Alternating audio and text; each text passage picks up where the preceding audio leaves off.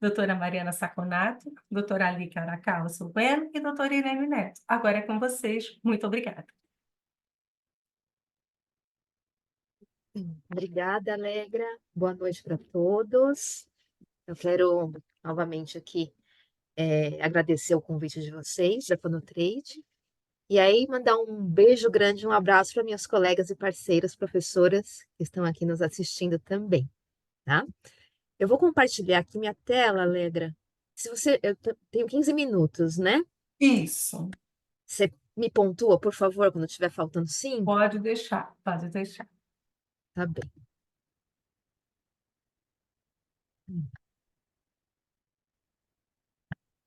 Vamos lá, pessoal. Então, como foi falado na semana passada, na segunda-feira passada, eu vou dar aula no módulo 7, se não me engano, vai ser em julho ou agosto, não lembro.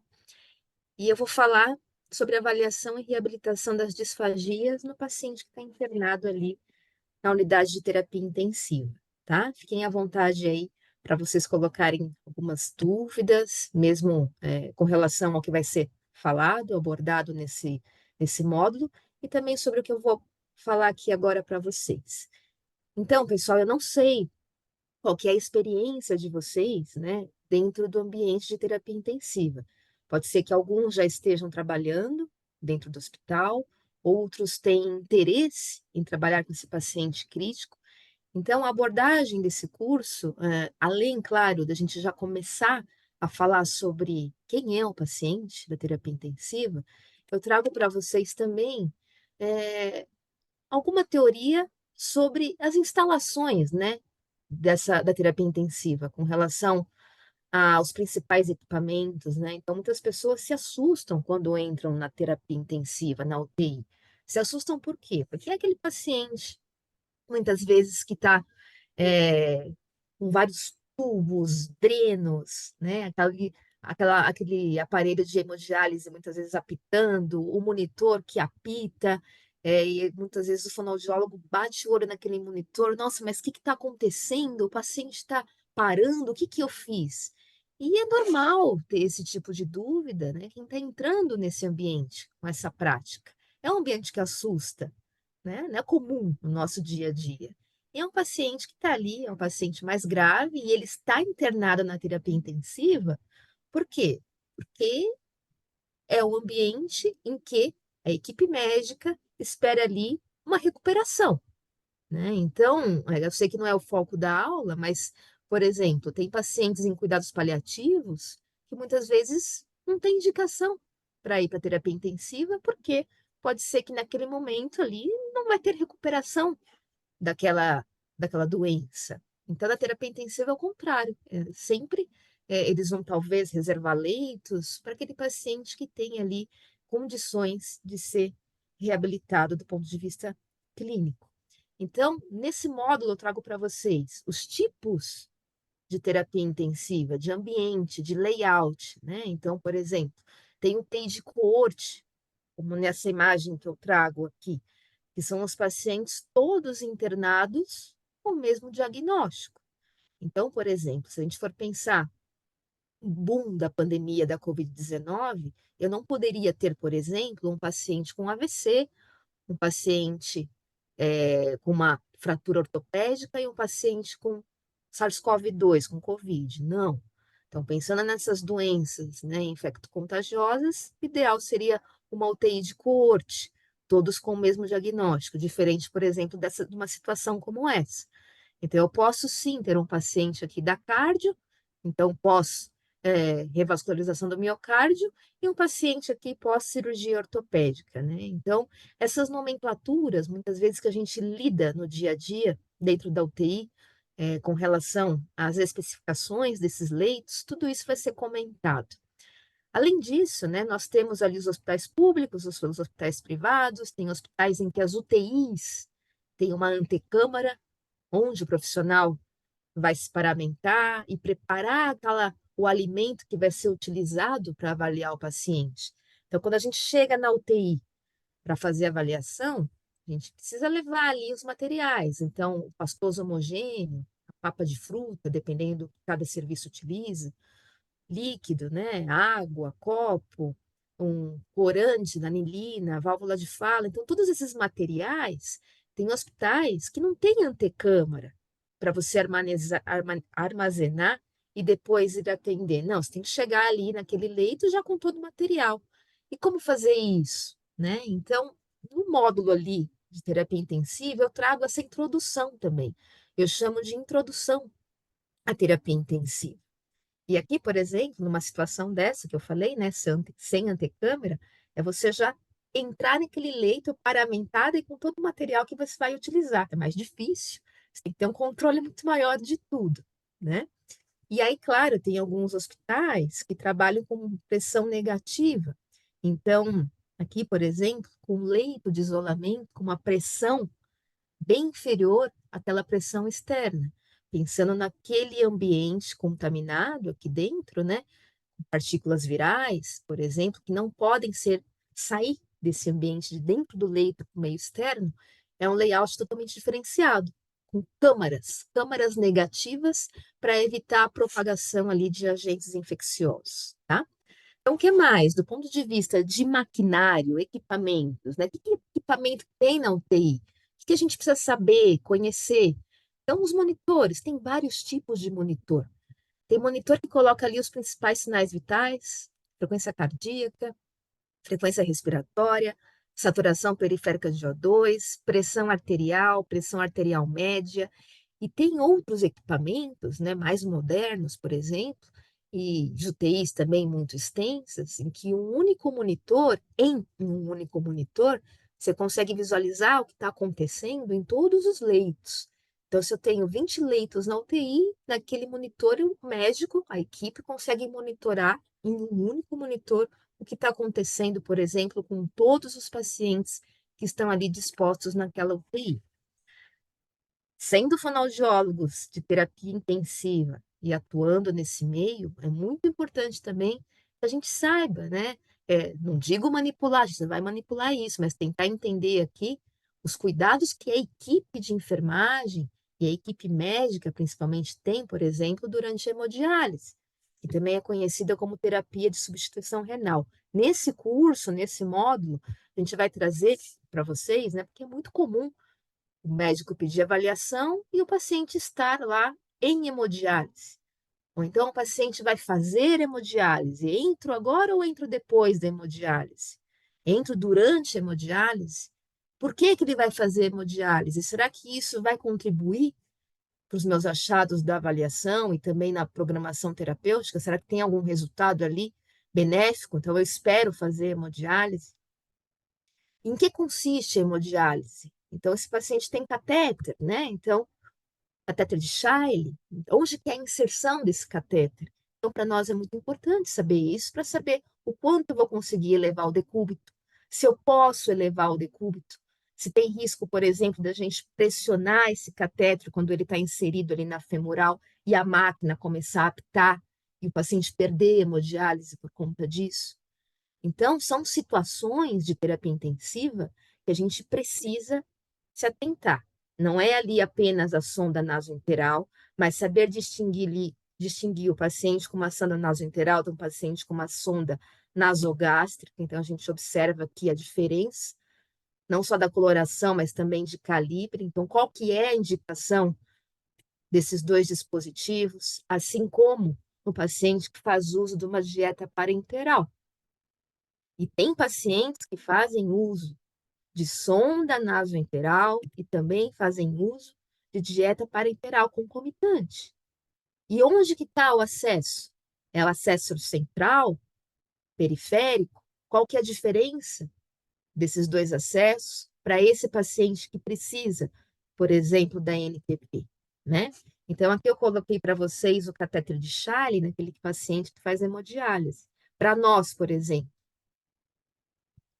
é difícil avaliar nessa condição, quando o catéter está implantado na veia jugular, qual que é o decúbito? Eu posso levar 30, 60, 90 graus, né? Então, o fonoaudiólogo precisa saber, né, quais os tipos de sítios de implantação de catéter, quais locais, né, esses catéteres serão colocados, implantados, e quais as restrições para a gente. Então, aqui, também muito comum na terapia intensiva, principalmente em quem vai atuar ou quem atua no pós-cirúrgico, né? Então, aqui de cirurgias cardíacas, de cirurgias torácicas, são os drenos. Isso é um dreno torácico. Então, tem alguns pacientes que precisam colocar esse tipo de dreno, por exemplo, quando evoluem com pneumotórax, quando precisam fazer, por exemplo, uma cirurgia por conta de um abscesso que tem ali no pulmão, um excesso ali, por exemplo, de uma colonização, né, de bactérias e o antibiótico, quando não é eficaz, então precisa drenar isso, e aí alguns pacientes precisam ficar com um dreno, e aí a gente pode manipular nessa situação? O paciente pode tossir numa situação dessa? Então, se a gente vai oferecer ali na avaliação um líquido sem espessante, será que eu já entro com algum tipo de manobra? Será que é um paciente que permanece com esse dreno durante toda a terapia intensiva? Eu posso entrar com exercícios que envolvem esforços, ou será que vai ter repercussão no débito desse dreno? Então, tudo isso é cuidado, isso também é um equipamento. Assim como nós também precisamos nos atentar em pacientes que fazem coleta de líquido. Seja um paciente que não apenas está na UTI, mas também na enfermaria, por exemplo. Então, tem um rebaixamento de nível de consciência. Aí os médicos estão ali investigando. Será que tem alguma alteração neurológica importante? Será que é alguma infecção? E aí, vou conseguir avaliar esse paciente no dia da coleta do líquor? A equipe vai autorizar? Ele fica em jejum para coletar líquor ou não? Qual que é a posição? E depois que coletou, consigo avaliar? Então, são informações importantíssimas. Assim como a gente sabe que, além de coleta de líquor, por exemplo, muitos pacientes, seja da neurocirurgia ou não, precisam inserir ali drenos, a DVE, a DVP, né? Derivação ventrículo-peritoneal ou derivação ventricular externa. Então, nessas condições, a gente tem que ter muito cuidado ali na terapia intensiva. Por quê? O paciente já sai do centro cirúrgico com as orientações feitas pelo neurocirurgião de nível de decúbito. Então, esse paciente não pode mudar o decúbito além de 30 graus, assim como não pode mudar o nível da elevação dessa cama, por exemplo, no sentido vertical, porque senão ele para de drenar. E aí, se ele dá entrada, por exemplo, no hospital por conta de uma hemorragia intracerebral, por uma hemorragia subaracnoide, a gente vai interferir durante nossa avaliação no decúbito, esse dreno vai deixar de drenar esse líquido seroso e o paciente pode ter complicações. Então, tudo isso vai ser abordado no módulo, tá? De terapia intensiva. Esses cuidados da avaliação e terapia nesse paciente que é crítico, certo? E, claro, não vamos deixar de falar daquele paciente que ficou entubado, né, por muito tempo, intubação orotraqueal prolongada, que a gente sabe que esse tubo vai invadir toda ali a orofaringolaringe e, dependendo do tempo que o paciente vai permanecer entubado, pode Maria, evoluir já com repercussões. Já foi? vai indo? Faltam uns 3 minutinhos. 3 minutinhos? Tá. Pode ter repercussões vocais e também na deglutição. Todas as lesões que esse paciente pode apresentar, secundário ao tempo prolongado de tubo, desde um granuloma, edema, luxação, estenose traqueal, estenose subglótica, como suspeitar dessas lesões, quais exames devemos solicitar para a equipe médica, para a gente conseguir ali não apenas avaliar, mas fazer um planejamento terapêutico mais equilibrado. E claro, né, pessoal, a gente não vou deixar de falar para vocês nesse módulo sobre os fatores de risco do paciente internado, né, fatores de risco para disfagia no paciente internado na UTI. Sabemos que temos vários, né, então aqui revisão de literatura que mostra para a gente que pacientes não apenas que passaram por cirurgias cardíacas, mas aqueles também com alterações clínicas, sepse, toracotomia, todos eles podem sim evoluir com disfagia enquanto estão internados. E, além disso, pensando que, além do tubo, o que eu falei semana passada também, as medicações utilizadas, e já tem evidência na literatura. Então, um paciente que faz uso ali durante muito tempo, enquanto está entubado, de propofol, midazolam, fentanil, Essas drogas aqui, por exemplo, como está nesse artigo, o midazolam e a morfina, que também é um opioide, assim como o fentanil, podem provocar alterações nos mecanismos de proteção de vias aéreas. Então, conforme o artigo mostra aqui, esses pacientes podem apresentar uma alteração da coordenação oral, da proteção laríngea, no número de deglutições espontâneas de saliva e também, ó, uma incoordenação entre deglutição e respiração. Então, após a apneia, esses pacientes podem, né, de acordo com o estudo, aqueles que fazem uso dessas medicações durante muito tempo, podem evoluir aí com incoordenação, porque após a apneia ocorre aqui a inspiração, tá? Vamos falar desses dispositivos, né? Então, o catéter nasal de O2, até quantos litros por minuto esse paciente vai tolerar. Então, a gente pode entrar no catéter, na máscara de Venturi, que tem aqui os litros por minuto, que vai variar de 3 até 15 litros por minuto. Qual que é a diferença da máscara de Venturi para a máscara não reinalante para o catéter nasal de alto fluxo? Quais cuidados que temos que ter na hora que afastamos, por exemplo, a máscara não reinalante? O que esperar? E qual conduta tomar, né? Então, tudo isso vai ser abordado também no módulo, assim como esses outros dispositivos, a full face, para que serve, o helmet, que foi muito utilizado no período da pandemia, né? E claro, a gente fecha ali o módulo trazendo alguns casos, né? Então, esse aqui, por exemplo, de um paciente que ficou entubado por bastante tempo, 19 dias, evoluiu ali com uma paralisia de prega vocal unilateral, foi para o videodeglutograma e a partir, né, desse exame é o que a gente vai discutir, né? Então, quem é esse paciente? Qual que é o diagnóstico? O que aconteceu com ele durante a internação? Antes de fazer o videodegluto, quais foram os achados da avaliação clínica? Por que ele foi fazer o videodeglutograma? Qual a indicação do exame? Baseado nisso, qual o planejamento terapêutico? Se ele foi reabilitado, sim ou não? E se ele foi reabilitado, quanto tempo levou para ser reabilitado? Então, pessoal, isso é uma pincelada do que vai ser abordado nesse módulo de terapia intensiva, tá? Nós contamos com vocês, que vocês tragam ali a experiência de vocês também, as suas dúvidas, os casos de vocês, para a gente discutir melhor. Obrigada, Alegra, mais uma vez pela oportunidade. Um beijo para todos. Agora ela jogou a bola para mim, tá, gente? Sou eu que Obrigada, vou. Mariana, foi ótimo. E eu sei o quanto foi o seu esforço de falar durante 15 minutos. Deve ter passado, né? Não, quase nada. E agora a gente vai passar a bola para você, Lica, trazendo Isso, desculpa, expertise. fui atropelando você. Ela já jogou a Tá bola para imaginando, é mim, que já meu atropelei microfone você estava já. fechado. Bom, gente, vocês já viram que Mariana vai apresentar aí uma temática super importante. Todo mundo tem dúvida quando entra na UTI, né, e não sabe o que fazer, é um desespero. Eu vou falar de uma área muito mais fechada, né, que é o câncer de cabeça e pescoço, que é a minha área de atuação. Vou tentar ilustrar um pouco aí para vocês qual que é a proposta, né,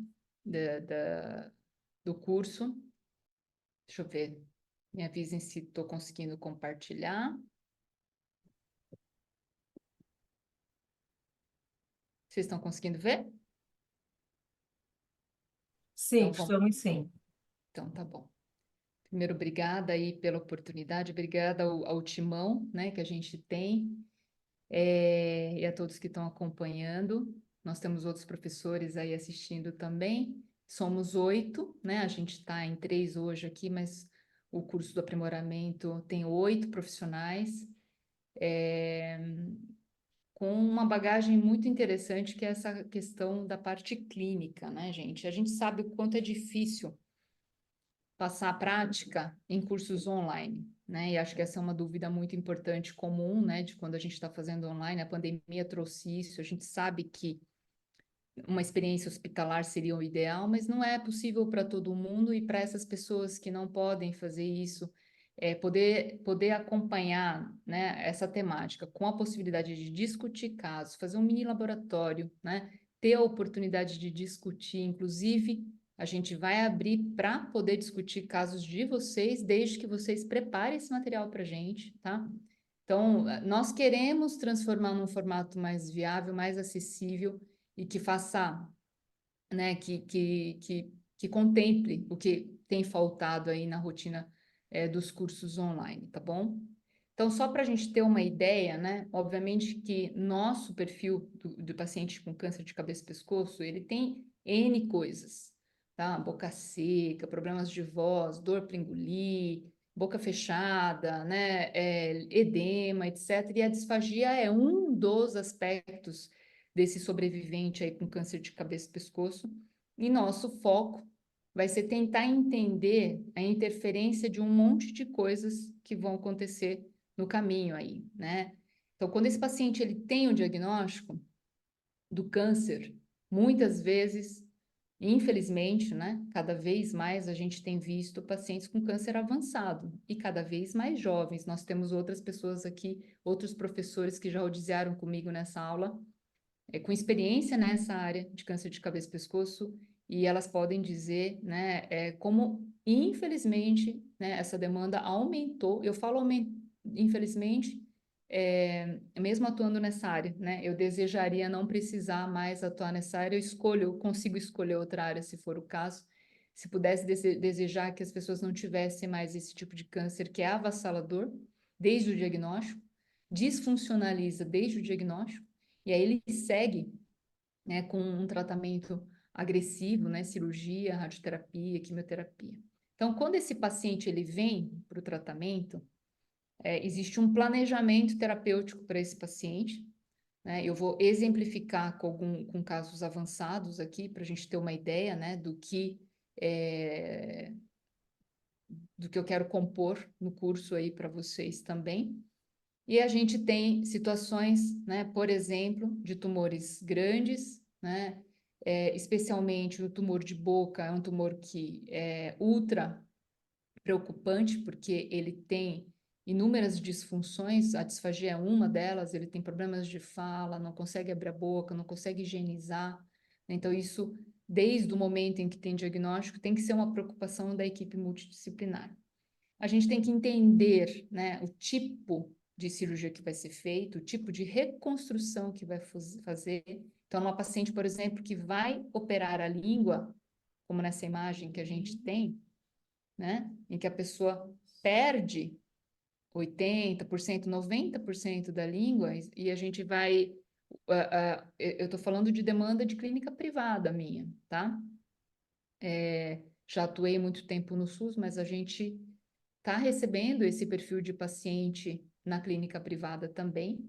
E aí eu tenho que entender como que foi feita essa reconstrução. Será que tirou uma parte, né, do músculo peitoral? Será que tirou um pedaço do braço? Como que foi? É um enxerto, é um transplante, né? Eu tenho que discutir, eu tenho que aprender a discutir isso com a equipe cirúrgica, tanto médicos da cirurgia de cabeça e pescoço, como médicos da cirurgia plástica, discutir todo, né, o andamento da radioterapia, da quimioterapia, entender o quanto cada dose tem de efeito e impacto imediato numa fase mais aguda do tratamento e na fase crônica, porque esse sobrevivente ele vai ser acompanhado por muito tempo ainda por nós. Então, esse curso longitudinal, né, de assistência, ele precisa de uma liderança, né, ele precisa de um segmento. Às vezes, na reabilitação, o papel da liderança pode cair, né, para o fonoaudiólogo, tá? Não é sempre que a gente vai ter um médico especialista em reabilitação, tá? Estou falando isso porque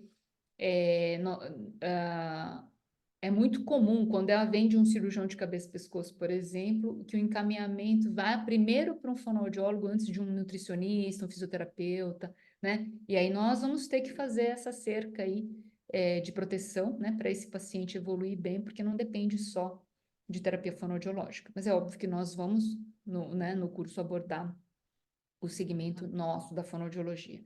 Então, aqui, por exemplo, um retalho que vem da lateral do braço para compor uma região de língua, tá? No caso anterior, a gente mostrou aí, né, uma reconstrução feita por um músculo peitoral para a língua.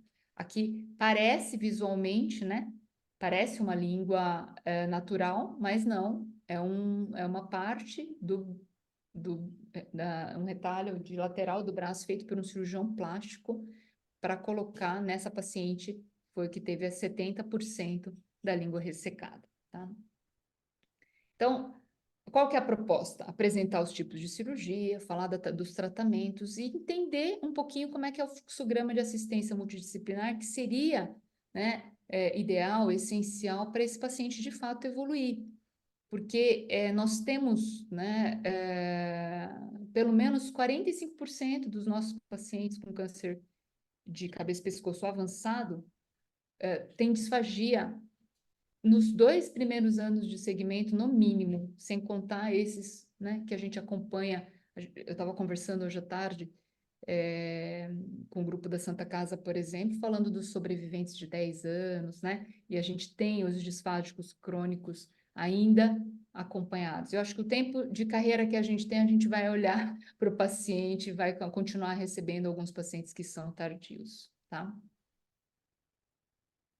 Opa.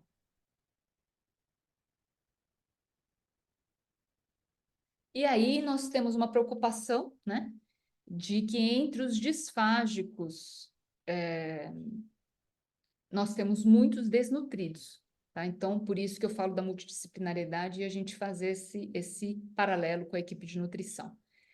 Hoje tem se falado bastante, né, em pegar esse paciente já desde o diagnóstico e fazer, né, um trabalho de identificação de quem é que eu vou precisar acompanhar desde antes do diagnóstico e quem vai ficar melhor nutrido, quem tem mais chance de sobreviver, não só do câncer, mas da sequela do tratamento. E tudo isso, né, pensando, será que eu consigo reabilitar?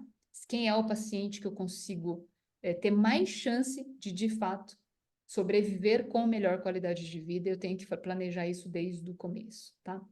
E esse começo antes do diagnóstico, antes de começar um tratamento, né, de cirurgia, radioterapia, quimioterapia, e logo depois, sempre que possível, eu educar, né, essa equipe para começar o quanto antes no pós-operatório.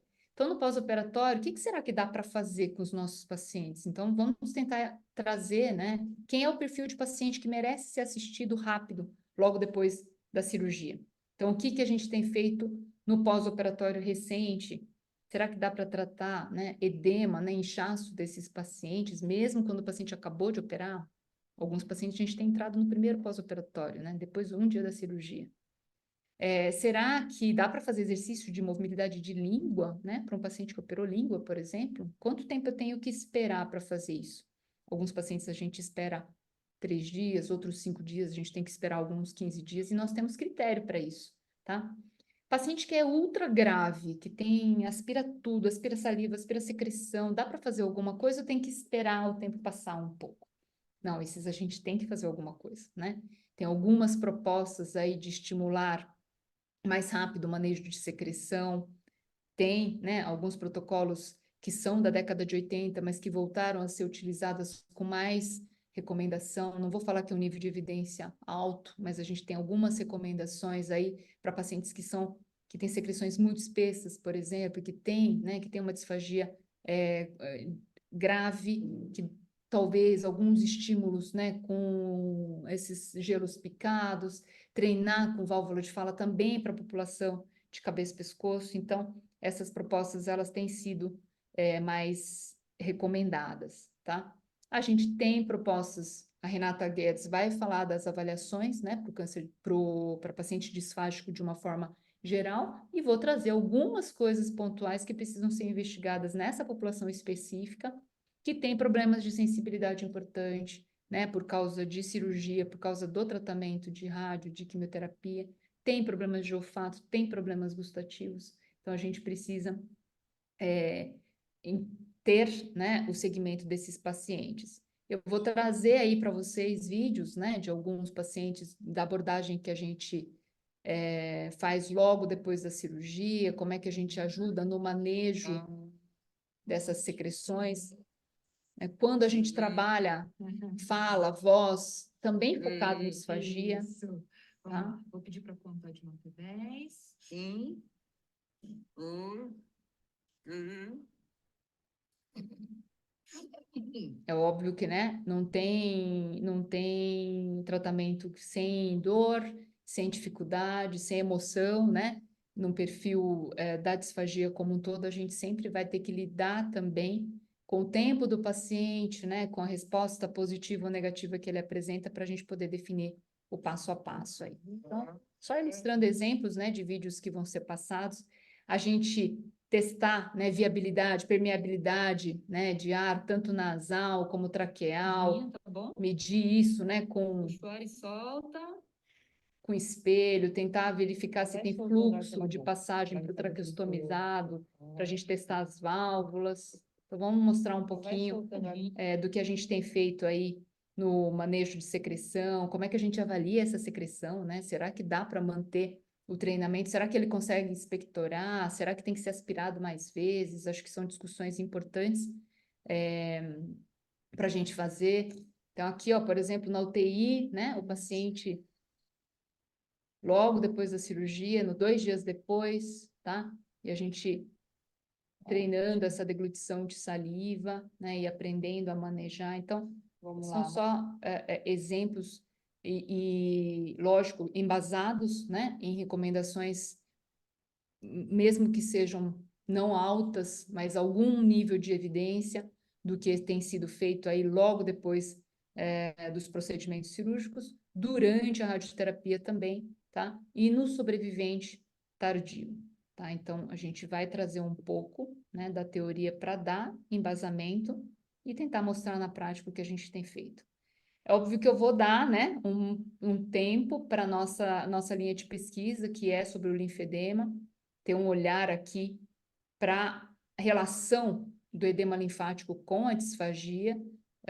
Débora Queja, Bruna, Marina que está aqui também, Padovani, nós temos esse time, né, estudando isso e tentando levantar mais informações para ver o quanto de fato a gente consegue ajudar na deglutição, né, manejando o linfedema com drenagem linfática. Eu vou ter que comentar um pouco disso, tem que fazer a propaganda das nossas investigações e vou mostrar, né, um pouco do que tem sido os resultados mais imediatos e alguns resultados tardios. Hoje mesmo a gente analisou 2 anos depois de alguns pacientes, foi bem bacana ver a resposta, né, interna e externa do efeito da drenagem linfática nesses pacientes, tá? Já vou finalizar aqui, que acho que a gente está acabando, né, Negra? Imagens, né, que nós vamos trazer do período longitudinal aí de acompanhar esse paciente na fase aguda da radioterapia e também na fase tardia, e o que tem sido colocado, que a gente deve fazer, né, a terapêutica durante o período da rádio, e que a gente deve, né, pensar sim em estratégias de mudança funcional, usando também exercícios de deglutição e exercícios também para ganho de força, de mobilidade, de amplitude, tá? Usando dispositivos, usando exercícios tradicionais. Aqui é um exemplo, né, da paciente usando o IOP de pressão de língua para poder fazer esse tipo de treinamento, tá? Usado aqui para treinar. Outros dispositivos que têm sido testados para essa população específica. Mas é óbvio, né, que no final das contas a gente vai ter que adequar para o paciente e vamos discutir um pouquinho esse raciocínio, como que a gente adequa, né, como é que a gente tem feito essa customização aí, essa individualização do tratamento, considerando todas as complicações no longo prazo que esse paciente pode apresentar, tá bom? Acho que é isso, né? Tentar entender um pouquinho, né, o longitudinal. Essa é a mesma paciente desde o pós-operatório recente, que eu comecei a atender na UTI, né, até essa paciente que tirou 70% da língua, comendo castanhas aqui, damasco, né, 1 ano depois, tá? Então, esse é um segmento que a gente precisa ter ao longo do tratamento. Ele já dá para ser engolido, tá bom? Maravilha. Bem lindo, gente. Obrigada, tá? E vou ficar Eu à que disposição agradeço. para alguma pergunta eventual. O chat fica livre para vocês fazerem as perguntas e depois, rapidamente, a gente vai ter um tempinho para responder. Agora, vou convidar a doutora Irene para trazer um pouquinho sobre o nosso assunto de traqueostomia, né? Um assunto que também tem sido muito comentado na nossa prática. Obrigada, Irene. Obrigada, Alegra, pelo convite. Boa noite a todos vocês. O assunto que eu vou falar, eu acho que acaba englobando todos os professores, né? O que eu vou falar, todos os professores acabam tocando nesse assunto também com o seu público específico, né? Então, o objetivo dessa aula de hoje é, de fato, chamar vocês para participar do curso, que está muito interessante, e para já deixar uma pontinha aí para vocês pararem e raciocinar. Vamos lá.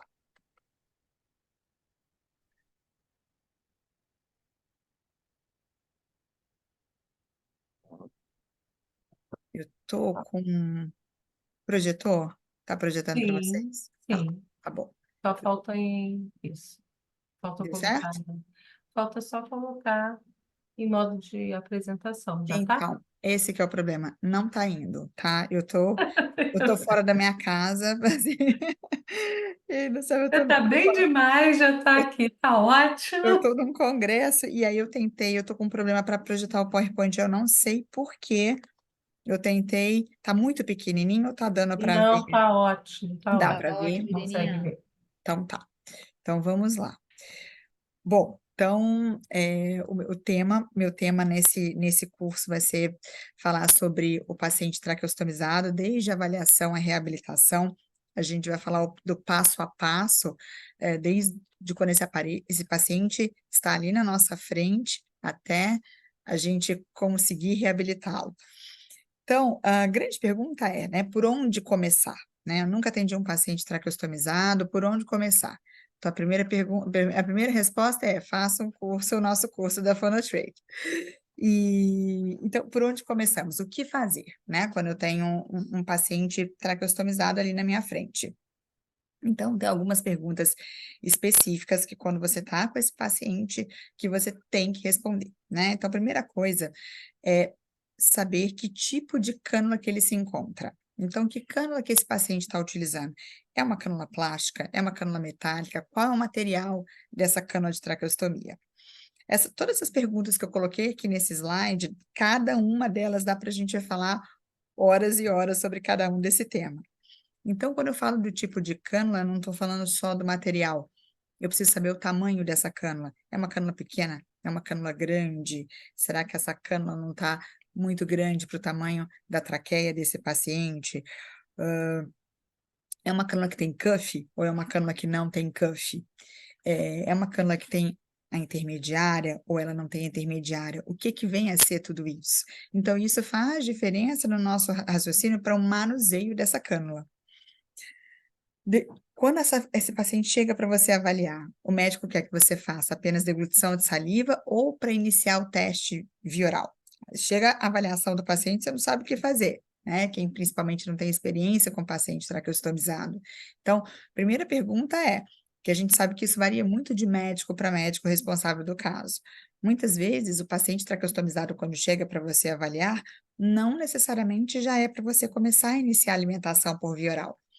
Muitas vezes eles querem que a gente comece a estimular a deglutição de saliva, comece a trabalhar a parte toda sensório-motor oral, para depois a gente começar a introduzir uma via oral, principalmente se é um paciente que está há muito tempo sem comer nada por boca. Então, a gente tem que saber qual é a pergunta do médico em relação àquele paciente. A outra pergunta é, bom, ele está ali, é para avaliar a deglutição de saliva, é para dar alimento, faço ou não faço o Blue Dye Test, que é o teste do corante azul, né? Existe o Blue Dye Test, que é só a coloração da saliva, e tem o Blue Dye Test modificado. Falar de Blue Dye Test dá para a gente falar também 2 horas, 3 horas consecutivas. Eu já participei uma vez de um curso com a Lica, né? De uma de uma discussão aí sobre Blue Dye Test, que eu fiquei quase enlouquecida quando eu tive que dar aula sobre esse assunto, porque me deram 2 horas e meia, né, Lica? Aí eu peguei e falei, gente, 2 horas e meia para falar de Blue Dye Test, eu não tenho o que falar, né? E faltou o tempo, né? O que tem de artigo, o que tem de publicação, e é muito interessante quando você começa a ler sobre o assunto. Olha que eu já estou na área há bastante tempo, mas quando a gente para ler, de fato, tem muita coisa interessante que você faz você pensar. Por que a gente tem muito falso negativo com esse teste? Por que que a gente tem muito falso positivo? Então, falso positivo, o que seria um falso positivo para um Blue Dye Test? Então, existem várias coisas para a gente discutir a respeito desse tema. No Brasil, a gente ainda faz o Blue Dye, o conselho não proíbe que a gente faça. Já Estados Unidos, eles não utilizam mais o Blue Dye Test, e não é por uma questão da utilização ser tóxico ou não, não pela toxicidade em si, mas sim pela baixa evidência, pela pouca especificidade do teste. Então, eles realmente aboliram a utilização desse teste no dia a dia, pelo fato deles não acreditarem no resultado do Blue Dye Test, por dar muito falso negativo e muito falso positivo. No Brasil, a gente continua utilizando, a gente tem uma realidade que muitas pessoas não têm exame objetivo para poder fechar o diagnóstico, então muita gente faz o uso do Blue Dye Test num auxílio, a gente não pode basear através dele só para nossa tomada de conduta, no entanto, ele faz parte da nossa avaliação e ele tem que saber ser interpretado. Então, isso a gente vai discutir bastante também. Quando acreditar, quando não acreditar no Blue Dye Test, o que fazer para ele ser mais consistente ou não para aquele caso que você está acompanhando. Bom, se o médico autoriza que você manipule o cuff, se for o caso, posso deixar esse cuff desinsuflado? Não posso deixar esse cuff desinsuflado? Quando que eu deixo esse cuff desinsuflado? Qual é o meu raciocínio? O paciente está secretivo, mas ele está conseguindo manter o cuff desinsuflado. Eu posso manter esse cuff desinsuflado? Então, a gente tem que discutir. Muitas coisas a gente avalia caso a caso. A gente tem que ter a fisiologia, a gente tem que ter um entendimento de como tudo isso funciona, e a conduta vai ser diferente de caso a caso, dependendo do que o paciente tem de base. É um paciente que fez várias infecções de repetição? É um paciente que né, faz pneumonia de repetição? Será que eu posso ousar deixar esse cuff desinsuflado? Então, é todo o raciocínio que nós vamos construir durante o curso para que a gente possa chegar né, ter maturidade para fechamento da conduta do caso. Se esse paciente seu tracostomizado está na ventilação mecânica, eu posso avaliar a via oral? O que que eu faço? Se ele estiver intercalando ventilação mecânica e nebulização, qual é o melhor momento de testar alimento? Ou se você já está no processo de reabilitação, qual é o melhor momento de oferecer alimento para esse paciente? É quando ele está na ventilação mecânica ou quando ele está na nebulização? Ou só posso oferecer alimento quando ele estiver apenas na nebulização? Então, qual é o raciocínio para esses casos também? Qual é o melhor momento de realimentá-lo? Então, vocês podem observar que cada ponto desse que eu mencionei, a gente tem muito a discutir, tá? Eu estou falando aqui bem en passant, mas são coisas que a gente tem várias horas, a gente tem tempos, precisamos de horas, momentos, para que a gente possa realmente discutir cada ponto desse em questão. Quando eu coloquei material aqui, que eu falei para vocês, do material da cânula, a gente tem cânula plástica, a gente tem cânula de silicone, a gente tem mistura de plástica com silicone. Na nossa realidade, a gente tem mais plásticas e as metálicas. Ao mesmo tempo, muita gente já me questiona, Irene, no meu serviço não tem mais a metálica. Você está falando de cânula metálica? Vários serviços no Brasil não utilizam a metálica, mas muitos ainda utilizam por uma questão socioeconômica, por ser uma cânula mais barata, tá? Estados Unidos, dificilmente você vai ver um paciente com cânula metálica, e essa cânula de silicone, essa mistura do material, são cânulas que são mais caras, e a depender do caso, que casos que os médicos acabam selecionando esse tipo de paciente para esse tipo de cânula. E aí existem dentro, não só material, como eu falei, a gente tem os tipos. Fenestrada ou não fenestrada. O que que é uma cânula fenestrada? Eu posso falar com uma cânula fenestrada, com cuff insuflado? Qual é a possibilidade de eu fazer uma oclusão de uma cânula de traqueostomia com cuff insuflado? Porque a gente sabe que para a gente ocluir a cânula, o cuff tem que estar desinsuflado necessariamente, né? A cânula fenestrada é um tipo de cânula que permite que você oclua essa cânula sem desinsuflar o cuff. Mas quais são os cuidados que eu tenho que ter? O que eu tenho que observar quando o médico fala para mim que aquele paciente está com a cânula fenestrada? Necessariamente eu vou conseguir ocluí-lo por ele estar com uma cânula fenestrada? Então, são perguntas, são várias questões aí que nós vamos discutir no decorrer do curso. Existem cânulas sem cuff. Quando o paciente está com cânula sem cuff? Então, a gente tem a Maíra aqui, que é do grupo que vai falar sobre a disfagia infantil. Quem atende o grupo infantil sabe que muitas crianças, bebês, as cânulas não têm o cuff, exatamente pelo tamanho da traqueia que eles apresentam, mas a gente tem adultos também que usam cânula plásticas sem cuff. A cânula metálica, não existe cânula metálica com cuff. Quando um paciente adulto usa uma cânula plástica sem cuff? Então, vamos discutir sobre isso também. Qual é a diferença de ter uma cânula que tem a cânula intermediária e a tráqueo que tem a cânula intermediária e a que não tem a cânula intermediária? Quando que o médico escolhe esse tipo de cânula? Por quê? Qual é a diferença? Qual o risco? Vamos falar sobre tudo isso também. Então, quando você está avaliando um paciente traqueostomizado, vocês têm que estar observando todos esses detalhes, para que vocês tenham realmente um raciocínio para poder discutir com o médico em qualquer eventualidade.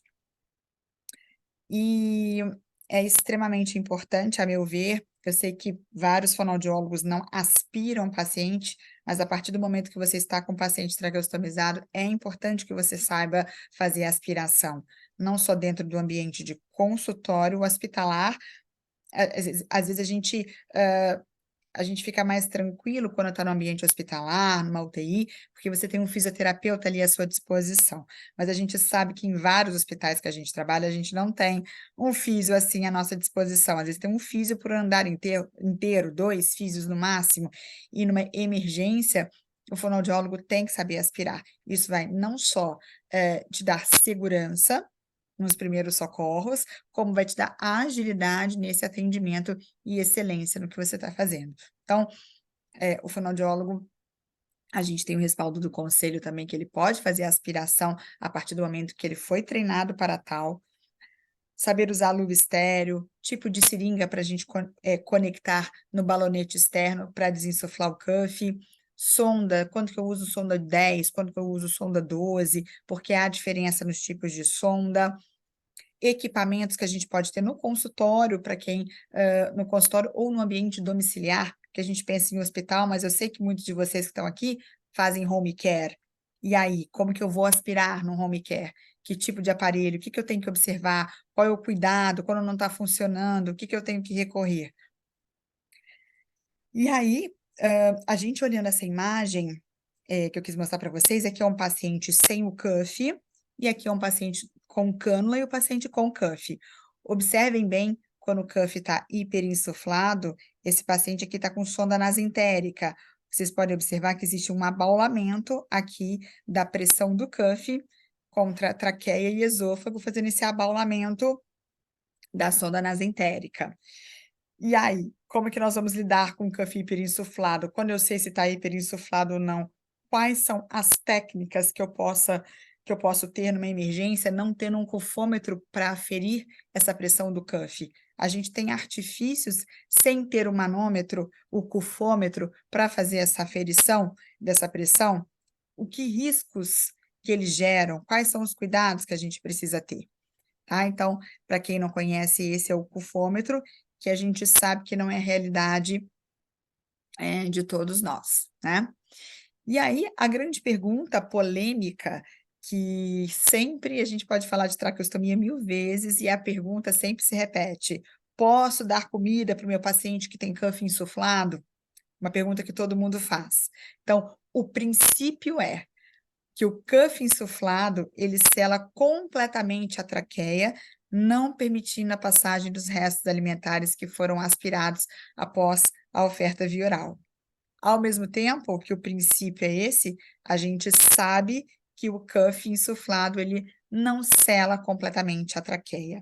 Ela pode ajudar o paciente que aquele alimento não vá para a traqueia e pulmão em abundância, mas a partir do momento que esse alimento já está supra-cuff, o paciente já aspirou. Então, como eu faço a higiene disso? Então, estudos já mostram aspiração com cuff insuflado. Se esse alimento fica parado no supra-cuff, a gente pode ter colonização de bactéria, esse paciente pode infectar da mesma forma. Então, o que a literatura toda coloca e a gente sabe é não ofertar via oral com cuff insuflado. No entanto, na literatura, a gente vê que o ideal não é oferecer alimentação com cuff insuflado, mas existem alguns momentos que a gente acaba oferecendo com cuff insuflado. Por quê? Por que que eu ofereci com cuff insuflado? Então, nós vamos discutir bastante sobre isso. Não é o ideal, mas se isso for necessário de ocorrer, quais são os cuidados que eu preciso ter? O que que tem que ficar claro para médico, para família e para toda a equipe envolvida no caso. Então, caso seja ofertado, tem que ter um protocolo rigoroso de higienização desse alimento que ficou parado nesse supra-cuff. Então, aqui é só para ilustrar para vocês, o alimento aqui entrando no esôfago e aqui o alimento no supra-cuff.